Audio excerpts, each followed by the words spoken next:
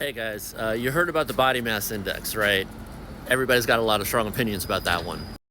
Not have heard about the fat-free mass index. I have a lot of strong opinions about that. But you may have just heard about the Body Roundness Index. And that's the one we're going to talk about today.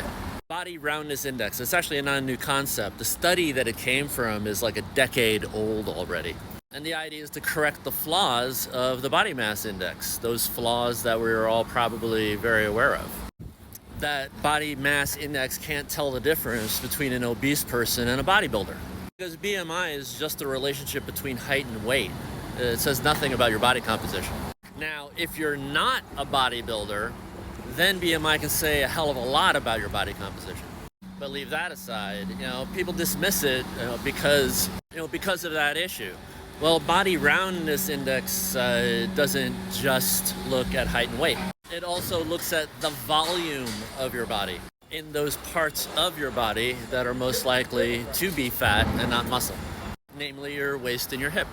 And importantly, it uses that data to also give you an estimate of your visceral fat. The visceral fat being the stuff that's really the red flag. Long story short on visceral fat, it's fat where fat shouldn't be. It's fat inside your guts. Surrounding your guts. If you want a colloquial explanation as to why that visceral fat is bad, think of geese. You know how they force feed geese in order to make their livers fatty? Because fatty goose liver is where you get pate. That's visceral fat. If you want to live a long, healthy life, you do not want to be foie gras. So let's take a look at this Body Roundness Index and see what it's all about. Here's the first calculator that'll pop up when you Google it online. There's the URL. This whole page is for a company that sells diagnostic software, and they give you the calculator for free. Using the calculations that they derived from this study and the studies that followed it. You see here, I'm putting in all my information. I see U.S. units. I'm male, biologically male. My ethnicity is Northern European, so I put in white.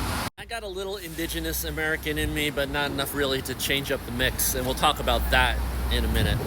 My age, my height, my current weight, and here's the difference. Here's the difference from BMI. Waist circumference, and for additional accuracy, you can include hip circumference. Some of us carry our weight more on our butt and our hips than we do in our waist, and that's why.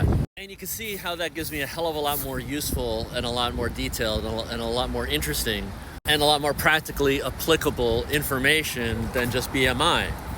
I get my body fat percentage, my visceral fat percentage, and the various index numbers that all those numbers amount to. And you even get this ridiculous graphic here, where the green zone is your okay, and your circle, depending on how much or how little it is in that green, means whether or not you're all right. Now, first off, let me show you what a difference little tiny differences can make. I'm currently doing a 10-pound weight loss challenge. It's like I'm halfway through it and I've lost about 4 pounds. And that 4 pounds came primarily off my midsection. It came from fat. Let's take that dumb donut out and zoom in on the numbers a little bit here. I'll look at the difference now versus 5 weeks ago. See? Just that slight change in body composition made me cross the line from having an excellent amount of visceral fat, very much not foie gras, from merely being an average or normal. So yay me. But generally speaking, what do I think about this? Let's do a review. Generally, I like it and I believe it. And part of the reason why I like it and believe it is because it's redundant. This whole thing is merely a vindication and a reimagining of something that we've had for decades and decades, called the U.S. Navy formula for body composition, which is something that I've used on this challenge and I use generally to determine my body fat percentage, because body fat percentage is really the important thing if you care about health and not just your weight. So they're both different ways of getting to the same thing, and they end up the formulas have to be very, very similar. Because you'll see the U.S. Navy formula, same body fat percentage as the BRI. And at least for me, they seem to track each other practically exactly, even when it comes to the relative health categories. That change from good to excellent on BRI You know, it crosses the exact same boundary on the US Navy formula, going from merely acceptable to fit. So on the one hand, you could say this is reinventing the wheel. You know, you could just stick with this. But on the other hand, you're saying like these two both confirm each other. Studies like this, you know, that support the BRI as a measure, implicitly also therefore support the US Navy formula as a useful tool. But I still like the US Navy formula a little bit better, even though it's older, for a maybe not too controversial reason. So I'm going to express this criticism in a very controversial way. The BRI is a little bit racist. See the ethnicity section here? Change me to Asian, everything else stays the same, my numbers change.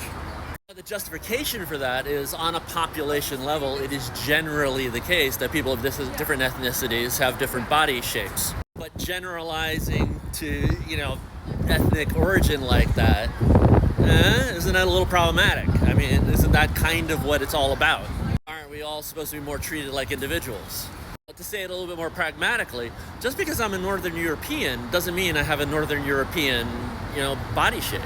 And if I didn't have just a little bit of indigenous ancestry in my genetic makeup, if it wasn't Cherokee that assimilated into the population of Chicago, you know, if it was Mexican, forgive me for my butchered pronunciation of the nation that we call the Aztecs, and the American, we're a nation of immigrants, melting pot effect, resulted in me being, you know, some Aztec, some conquistador, and some Irish immigrants, along with, you know, some Italian and some Polish, instead of, you know, Ireland, Poland, Italy, you know, and a little bit of indigenous North American that originally came from the frickin' steppes of Siberia. How the hell are you supposed to reduce all that down to a drop-down menu and expect it to mean anything? What this is getting at, and kind of the problem with all of these things, like what they're getting at is a direct measurement that's unique to you, but they're generalizing to a population to try and make it easy. And that's innately flawed. Navy formula doesn't do that. Maybe the US Navy isn't the most progressive organization on the face of the earth, but they at least get that. The way that they handle it instead is a measurement of your neck. And that's because there is a much more closer association between the width of your neck and the size of your frame, your general body shape, than what could be estimated or assumed simply based on your geographic ethnicity. But all right. I'm off my soapbox. What does this mean? Does this mean throw this out? No. This is actually very useful, and this has a lot of advantages over the Navy formula. So I am actually probably going to switch to using this, because it's one-stop shopping. Like, I got everything all in one place. And I like the specificity of actually having a number on my visceral fat, even if that's just a rough estimate, versus just having a general category of fit, you know, without any specificity as to why that's good. My advice is kind of look into their head and see what they really mean when they say white versus Latin American, you know, or maybe that's more appropriately Asian, because that's really what they're talking about. Demographically, Asians are slender, so in a sense, like, it's entirely plausible. You know, me being a tall guy, I might not even be white at all as far as that calculation goes. I might actually be Asian, you know, Asian. But you have to make that judgment and assessment for yourself. Bottom line, I think the additional granularity and having it all in one place like that is worth it. And especially considering this number, that's where the rubber hits the road. That is probably the most important number of all of them. And not for nothing, that number is what you need for the other calculation that's very, very important. Your fat-free mass index, how much muscle you're carrying. Because ultimately it's not the fat, it is the muscle.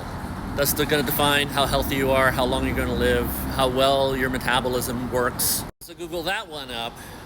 Just know on that one, you want an FFMI at least better than 17 or 18. And over 20, you don't have to worry about it so much anymore. All right, I hope all that helps, and I'm going to get back to improving my numbers.